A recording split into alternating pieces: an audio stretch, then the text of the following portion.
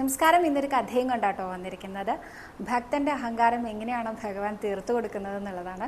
ഒരിക്കൽ സുദർശന ചക്രത്തിന് തോന്നിയിത്രേ തന്നോളം ആയുധബലം അല്ലെങ്കിൽ ബലമുള്ള ആയുധം മറ്റൊന്നും തന്നെ ഇല്ല എന്നുള്ളതും, അതുകൊണ്ടാണ് ഭഗവാൻ സ്വയം എന്നെ ആയുധമായി തിരഞ്ഞെടുത്തത് എന്നും.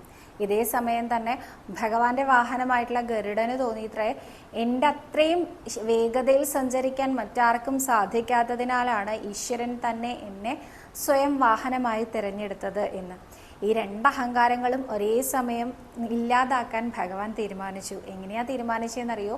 കദളീ വനത്തിൽ ധ്യാനത്തിലിരുന്ന് രാമനാമം ജപിക്കുന്ന ആ ഹനുമാൻ സ്വാമിയെ ഇങ്ങോട്ട് കൂട്ടിക്കൊണ്ടുവരൂ ദ്വാരകയിലേക്ക് എന്ന് ഗരുഡനോട് പറഞ്ഞു അത്രേ.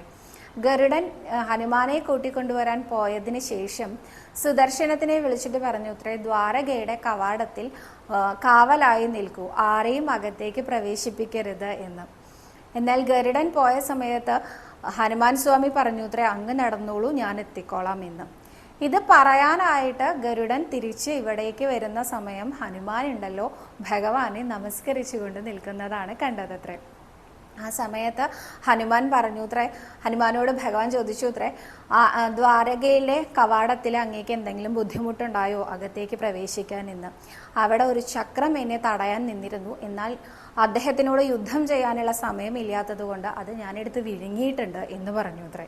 ഈ ഒരേ സമയം തന്നെ ഗരുഡന് മനസ്സിലായി ഗരുഡനോളം അല്ലാതെയും അതിനേക്കാൾ കൂടുതലായിട്ടും വേഗതയുള്ള അനേകം ഭക്തര് ഉണ്ട് എന്നുള്ളത്.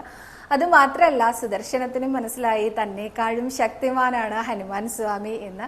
തിരിച്ച് ദ്വാരകയിൽ നിന്ന് എഴുന്നള്ളുന്ന സമയത്ത് ഹനുമാൻ സ്വാമി യഥാസ്ഥാനത്ത് ആ ചക്രത്തിനെ പ്രതിഷ്ഠിച്ചിട്ടാണ് അത്രേ പോയത്. അപ്പോൾ ഹനുമാനോളം ശക്തിയും അതുപോലെ തന്നെ വേഗതയും ഒന്നും മറ്റാർക്കും ഉണ്ടാവില്ല എന്ന് മനസ്സിലാക്കിയ ആ ഗരുഡനും അതേമാതിരി തന്നെ സുദർശനത്തിനും പിന്നീടൊരിക്കലും ഇത്തരത്തിലൊരു അഹങ്കാരം തോന്നിയിട്ടേ ഇല്ല അത്രേ.